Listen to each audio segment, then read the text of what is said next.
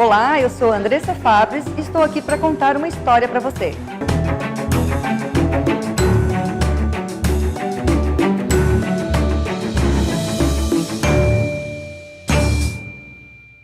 Hoje eu vou contar a história de uma pessoa que ensina os outros a conquistar os seus clientes. E como é que ele conquista os próprios clientes? Você vai conferir nessa entrevista a partir de agora.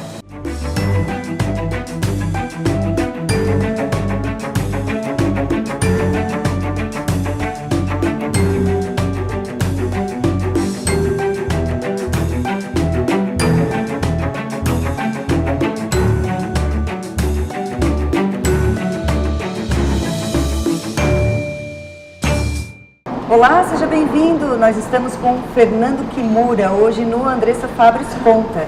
Nós vamos contar a história deste paulistano, geek, marqueteiro, especialista em neuromarketing, já palestrou para mais de 50 mil pessoas pelo Brasil afora. Seja bem-vindo, Fernando. Muito obrigada por dispor do seu tempo hoje nessa passagem em Criciúma para contar a sua história aqui para gente. Eu que agradeço a oportunidade, vai ser um prazer dividir aí com vocês de onde tudo veio, de onde tudo surgiu.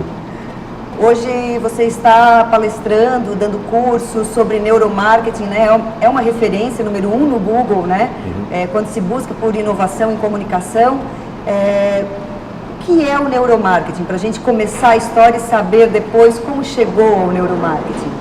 Basicamente, o neuromarketing está associado a neurociências e marketing, observando, né, o viés de como eu entendo melhor o perfil ou o comportamento do consumidor.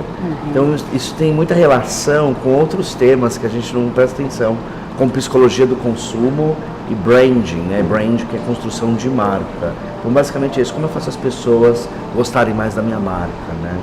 E isso, você vê que Brasil afora, as pessoas estão ansiosas por saber o segredo, esse segredo, né? Que na verdade é ciência, de como as pessoas vão consumir mais o meu produto?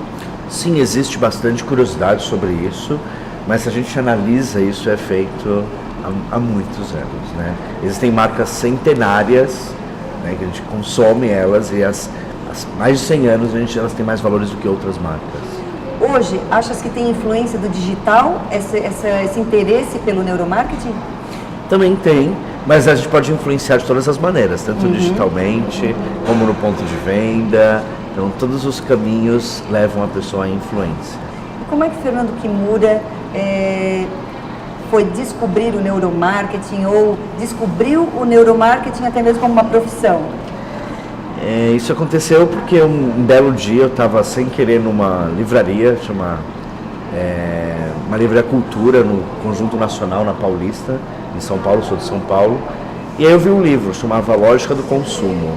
Sem pretensão nenhuma, era um domingo. Aí ele dizia assim, por que as pessoas compram? Aí eu peguei o livro, na hora que eu abri, eu vi lá, o neuromarketing, eu falei, o que é isso?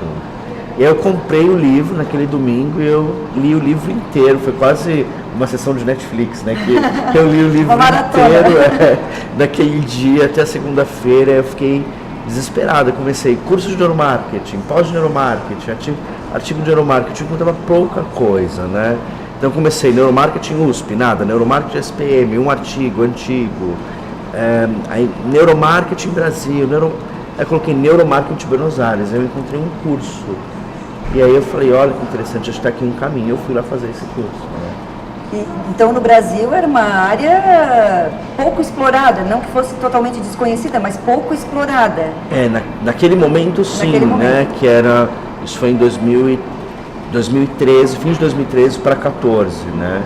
E aí eu fui fazer esse curso em Buenos Aires em 2014, o que me trouxe até aqui. E onde é que tu estavas? Onde é que o Fernando Kimura estava nesse momento, em 2013, 2014? No que tu trabalhavas? Eu trabalhava numa empresa chamada Oracle, que é uma empresa de software, né? De tecnologia, também tem hardware. E eu trabalhava no marketing lá, né? Marketing para contas não nomeadas, que eles dão o nome disso.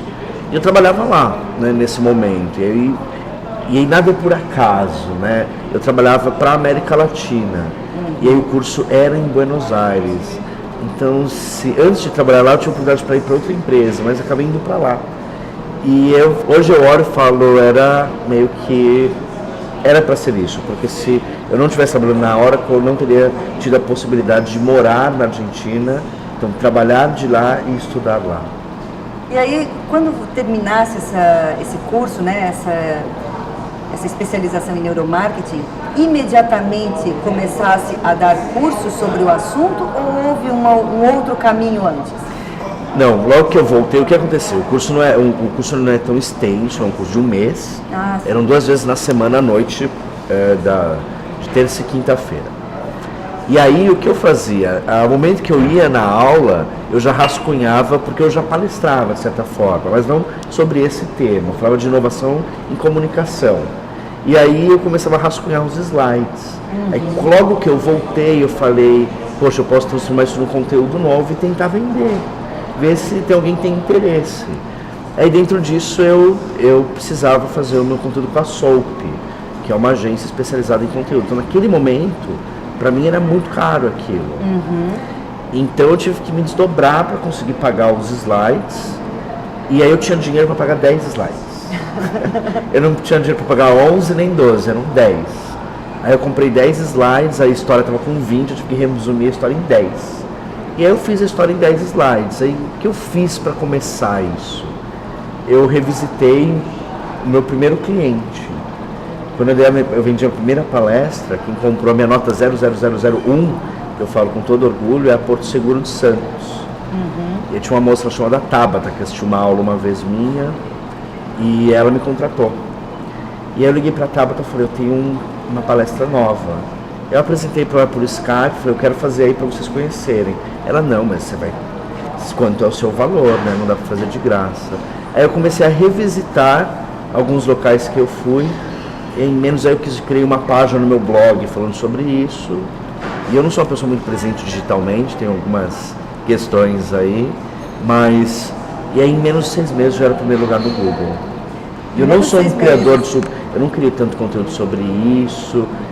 Porque ainda é uma área a explorar. É porque o Google olha, não importa só você estar falando sobre isso, o que importa é se outras pessoas estão falando, para ele te colocar em primeiro lugar. Isso é uma das técnicas, né? E aí o Fernando Kimura se tornou uma pessoa muito falada na área de neuromarketing e inovação em marketing. Sim. E contando a história, tu disseste assim, eu tenho uma palestra nova para te apresentar. Ou seja, tu já trabalhavas com palestras antes de se especializar em neuromarketing? Já. Antes disso eu tinha antes da Oracle, eu trabalhei na Microsoft. Eu trabalhei de 2009 a 2012 e aí em 2013 eu entro na Oracle. De 2009 a 2012, quando eu trabalhei na Microsoft, eu trabalhava em marketing para pequena e média empresa. E uma das minhas funções era ajudar a pequena empresa a entender que a tecnologia podia transformar a vida dela.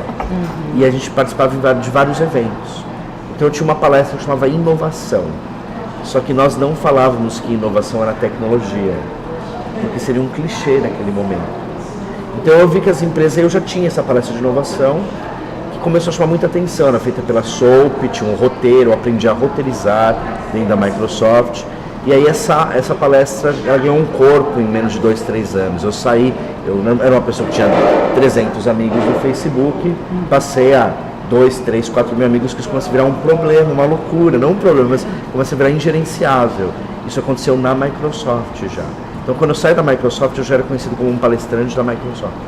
Então a Microsoft foi a escola de dar palestras do Fernando Kimura, ali que ele aprendeu a dar palestras. A Microsoft foi quem construiu, né, o Fernando que eu sou hoje. Eu devo muito à Microsoft, né? Eles têm um formato de que quase todo funcionário é um evangelizador da marca. Então ali eu pude testar, e eles me deram um espaço de ousar. Eu tinha uma palestra falando de inovação, essa palestra que eu te comentei, que eu falava que existiam pessoas, produtos e empresas inovadoras. E aí quando a gente fala de uma pessoa inovadora, um produto, uma empresa, as pessoas falam Steve Jobs, Apple e qualquer produto da Apple, que também são, claro que é inovação, mas a gente só fala disso. E aí uma pessoa inovadora aparecia a Madonna e começou a tocar músicas da Madonna. Então toda palestra minha tem Madonna. Isso me deu muita sorte. E aí, num primeiro momento, eu trabalhava no mundo corporativo. Mas a gente vai colocar Madonna na palestra. Eu falei pro meu chefe, vamos fazer. E era um evento do Itaú que a gente ia participar. O Itaú tinha que gostar da nossa palestra para rodar conosco no Brasil todo. Nós íamos de carona no evento do Itaú. E aí os diretores do Itaú super gostaram, porque aquilo não era muito comum no mercado corporativo. E o que eu chamava de ter uma estratégia de Madonna. Aí isso repercutiu. Aí ele olhou para mim meio, né? Será que a gente faz assim? Será que não faz? Depois de uns 6 meses, alguns vendedores chegavam pra gente. Eu fui num cliente que te viu numa palestra, mas ele não lembra que é você. Eu falei, por quê? Aí ele fala que viu uma palestra de um cara da Microsoft que falava da Madonna. Aí eu falei, tá aí, a gente criou uma marca. Criou uma marca. E hoje a gente está num momento em que a gente tem muitos showmans palestrando, né? As palestras, elas têm que ser foram transformadas em shows. O público mais jovem, né? O público mais digital, ele pede por isso, né? Pede por esse dinamismo. Houve uma transformação do Fernando Kimura nesse processo, depois que se começou a se dedicar exatamente a isso? Houve um aperfeiçoamento no seu jeito de dar palestras? Eu acho que isso ocorre. Eu crio uma palestra, ela nunca está perfeita. E aí existe um problema, né, Andressa, que eu amo alguns slides, então eu fico preso ao slide. Então, se eu observo o Fernando daquele momento, a Microsoft era interessante porque eu podia ir de tênis, de calça jeans, ela me permitia uma certa informalidade que, no meu ponto de ver, nos aproxima do público. Sim. E aí eu pude participar de alguns grandes eventos. Tem um evento que eu adoro participar, chama RD Summit, que é um evento que vai com as 5 mil pessoas e você tem mais de 150 palestrantes ali. Todos muito famosos, todos ótimos palestrantes. Eu falei, como vão aparecer no meio de tudo isso? E aí eu tive a ideia, o ano passado, de com uma jaqueta prateada. Estourou. E aí hoje eu já busco aula de teatro, as palestras teriam um formato som, vídeo, um roteiro muito bem desenhado. Então é uma peça teatral. Mais de 10 slides, já ficou mais fácil. A Soap hoje me ajuda. Eu vou fazer aqui um pequeno spoiler, um spoilerzinho aqui. Uma palestra que está vindo por aí e a palestra conversa comigo. Então elas são vozes que vão conversando comigo. E é isso está sendo construído. E essa construção tem a ver com o neuromarketing, porque o neuromarketing trata do comportamento do consumidor.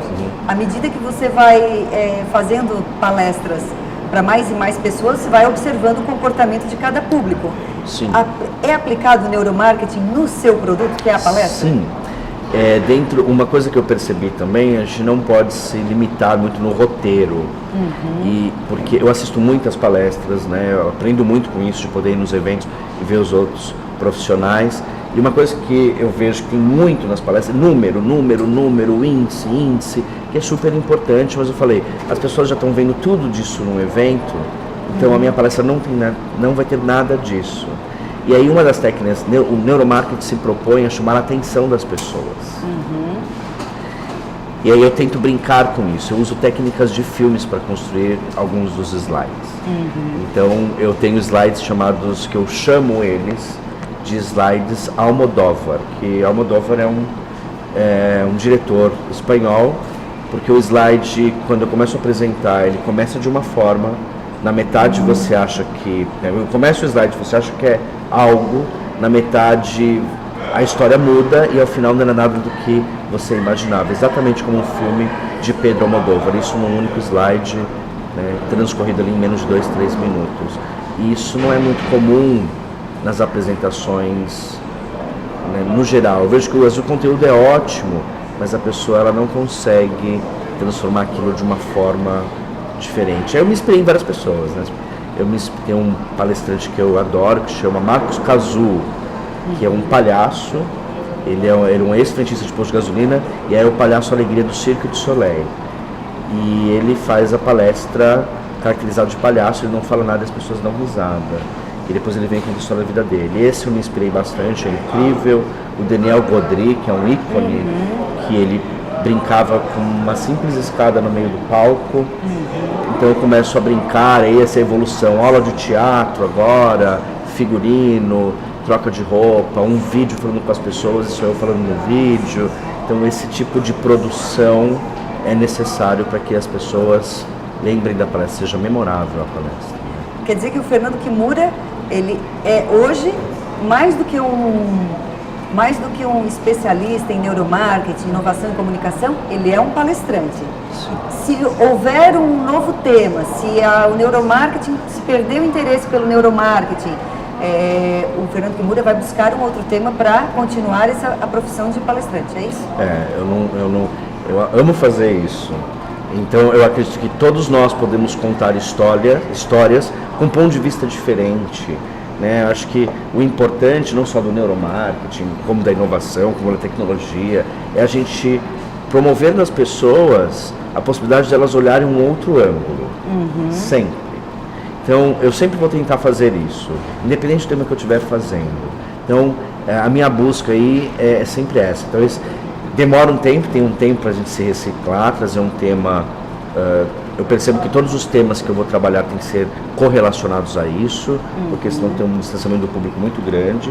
E são temas que eu não tenho tanto domínio, eu não tinha trabalhado com isso, então eu percebo aí que eu começo a construir, está em 2018, mas em 2020 esse tema talvez já esteja totalmente reformulado. Né? E eu falo tanto que eu dei o nome de marketing do futuro, como entrar na cabeça do consumidor. Então era marketing do futuro. Porque no começo eu vendia assim, porque a palavra neuromarketing não era uma palavra, até hoje não é uma palavra tão conhecida. Então vários eventos estão movendo com o nome de marketing do futuro. E o processo de venda? Porque quando tu construíste essa palestra, essa primeira palestra na área de neuromarketing, né? Começasse um processo de venda, fosse lá, visitasse um antigo cliente, mas tu já sabia vender ou esse foi um desafio para ti? Eu já sabia vender, de certo? Eu acho que isso a gente aprende todo dia. Tá? Porque você tem que se relacionar com a pessoa, tem gente que te conhece, tem gente que não conhece. E dentro desse formato, tudo começou porque eu pus um site no ar, trabalhava na Microsoft, e aí eu conversei com o meu chefe, muito bacana na época, eu falei, eu queria começar a dar palestras. Eu posso faltar? Eu tinha alguns dias de férias em aberto, falei, se eu vender eu posso faltar e a gente acerta? E ele, claro, né, cai a cabeça nesse negócio. Eu fiz um site, comprei a palavra no Google e vendi a primeira palestra. Então eu não sabia quanto cobrar, eu não tinha nota fiscal, enfim.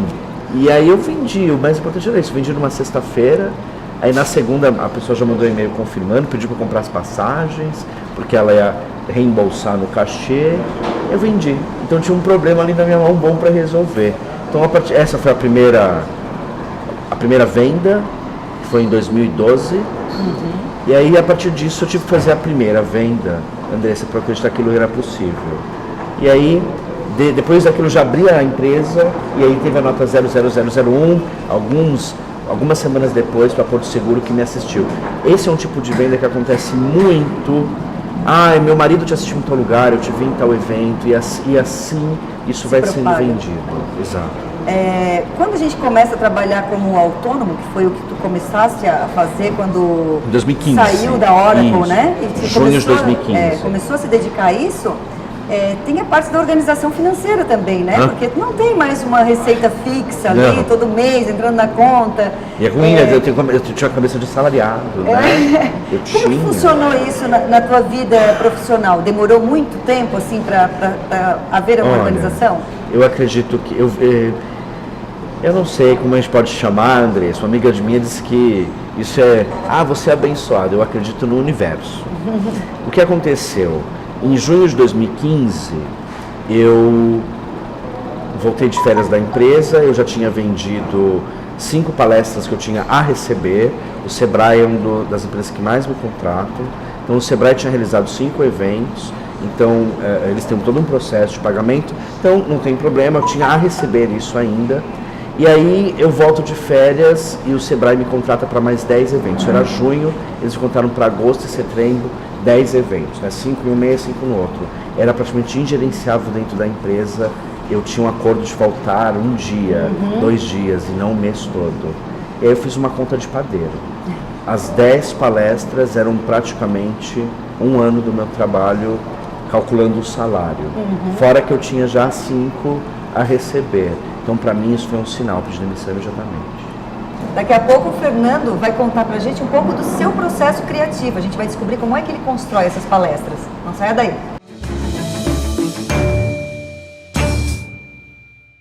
Somos instituição para você ter toda a confiança. Somos financeira, porque dinheiro não é tudo, mas ajuda a realizar os seus sonhos. Somos cooperativa, pois assim construímos nosso mundo. Somos premium, afinal, você merece exclusividade. Para nós, não existem perdedores, todos ganham juntos. É por isso que somos assim. Unicred, um time que coopera com você. Hoje eu estou contando a história do Fernando Kimura. Ele é um palestrante reconhecido em todo o Brasil como especialista em neuromarketing. Ele faz palestras em inovação em comunicação. E a gente vai saber agora, Fernando, como é o processo criativo para a construção dessas palestras. Como é que o Fernando Kimura consegue arrasar nas suas palestras? Eu percebi as palestras, né? A gente tem ali um tempo limitado, né? Geralmente são 40 minutos, 1 hora, ou às vezes 15 minutos, como um TED. Isso foi um desafio para mim. E aí eu percebi que você tem que criar 3 momentos, né? Às vezes muitas pessoas ali não me conhecem, então eu tenho ali 5 segundos, 10 segundos ou o primeiro minuto para conquistar a pessoa. Então já faça algo que as pessoas não esperem. O primeiro slide tem que arrasar. Depois você vai construindo, conta a história de uma forma que elas não esperam. E ao final trago uma surpresa. Então muitas palestras eu termino, eu amo a Coca-Cola, quem me conhece sabe disso. E eu termino e eu abro uma lata de Coca-Cola. É uma coisa simples, mas as pessoas simplesmente ficam encantadas com aquilo. E aí o processo de criativo vem disso. Eu assisto muito filme e começo a observar como o filme me conta a história. Né? Ou eu vou num show e eu percebo que elementos aquele show construiu para de fato fazer com que aquilo prenda minha atenção ou não. E a gente começa a ver as histórias sendo contadas em vários lugares, numa loja, a forma como ela expõe as suas roupas, né? Então o processo criativo vem bastante disso. E aí eu idealizo um slide e simplesmente quando eu peço para construir, eu imagino qual é que vai aparecer aqui, né, de imagem e de som. Então eu fico atrás às vezes dos sons, eu crio o slide em cima do som e a imagem e aquele recado que vai ter ali, né? Você falou que começou a dar palestras lá, um dos clientes primeiros foi o Sebrae. Então o Sebrae trabalha com micro e pequeno empresário. Sim. E aí você vai para um RD Summit, que é composto praticamente por jovens interessados em tecnologia e inovação. Essas palestras são diferentes, a construção dessas palestras, ou os slides são os mesmos, o Fernando Kimura no palco que é diferente? Os slides são os mesmos e a linguagem um pouco adaptada só. Né? Mesmo também no RD, que é um evento voltado a marketing, nem todo mundo ali às vezes já é de marketing, então tem que tomar cuidado com alguns termos. Então a gente vai aprendendo, tanto ver outros eventos, também falar com o vendedor que vê uma palestra, não evitar termos em inglês. Ou se você usar um termo em inglês, traduza o termo, explique o que é, porque as pessoas vão ficar super satisfeitas em aprender um pouco mais. Então, eu costumo dizer que o conteúdo, Andressa, tem que ser multi-audiência. Multi-audiência. Como é que se faz um conteúdo multi-audiência? Quando me perguntam, o seu conteúdo é só para marketing? Não, ele é multi-audiência. Existem engenheiros que vão assistir, existem advogados que vão assistir, médicos, profissionais de marketing. Eu vou fazer um evento a semana que vem para uma empresa chamada Mustard, que é uma das maiores, é uma pioneira, é uma empresa que ela faz como horseshoes, como é que é o nome? Para cavalo, ferraduras para cavalo. Eu falei, que maluquice! Então, que eventos eu vim parar, que indústrias eu vim parar? Porque as histórias são reais e aquilo faz sentido independente do segmento que eu estou falando. Então isso que a gente tem que tomar um cuidado. Não fale muito de um segmento, de alguma maneira pulverize mais informações para que aquilo seja, de certa forma, tenha mais aplicabilidade para qualquer pessoa que esteja vendo. A gente está num momento em que a área da comunicação ela está em ebulição. E até nós estávamos conversando esses dias entre pessoas que fazem parte do meio da comunicação e uma delas falou, nossa, a gente está num momento muito oportuno porque nunca se falou e nunca se quis tanto serviços de comunicação. As empresas, parece assim que a gente chegou num momento que todo mundo entendeu a importância da comunicação. Mas ao mesmo tempo a gente está num ambiente digital, com redes sociais que nascem, que crescem, que morrem, com novas tecnologias, mas ao mesmo tempo tudo muito, muito rápido, mudando muito rápido. O que você recomenda para as pessoas que estão fazendo comunicação ou para as pessoas que querem se comunicar melhor? Qual é a base que, independente do canal, independente da tecnologia que surja, elas ainda vão vão ser certeiras? Eu acho que aí a gente volta para uma premissa do marketing, e isso é uma coisa que a gente tem que sempre observar, que é a consistência em comunicação. As marcas precisam ser consistentes. Somente com a consistência eu crio um mito, eu crio um símbolo, as pessoas vão lembrar de mim. E aí você percebe, né, que a padaria, não adianta só ter o melhor pão, ela tem que ter o melhor visual, a melhor apresentação. A atendente tem o cabelo impecavelmente no local. Isso foi esses empresários estão começando a entender esse tipo de abordagem, até mesmo porque eles falam muito de experiência hoje de consumo. E aí, às vezes você tem uma padaria linda, mas o seu logotipo não faz, ou a sua comunicação não faz o menor sentido perante aquilo que você vende. E aí você vê e aí isso também se tornou mais acessível. Tem uma empresa chamada Wido Logos, que é uma empresa que você entra, brifa, e eles fazem um logo num preço mais acessível. Então, hoje, o visual é extremamente importante. Até mesmo porque você tem as redes sociais, você tem um ponto físico, e não dá para aparecer na rede social de qualquer forma. Né? Então, acho que isso acabou puxando a gente a observar isso. Mas, vamos lembrar, precisamos ter consistência, porque senão a rede vai morrer, né? Senão o consumidor não vai conectar, eu não posso mudar, eu não posso ficar mudando toda hora a minha comunicação. Então, são elementos que eu vejo que as pequenas empresas hoje têm acesso, porque elas estão, de certa maneira, profissionalizando a comunicação. Né?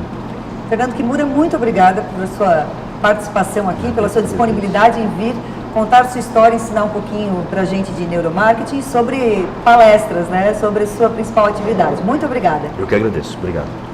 Obrigada a você também que nos acompanhou nesta semana. Hoje nós contamos a história do Fernando Kimura. Semana que vem a gente vem aqui de novo para contar novas histórias para você. Até lá!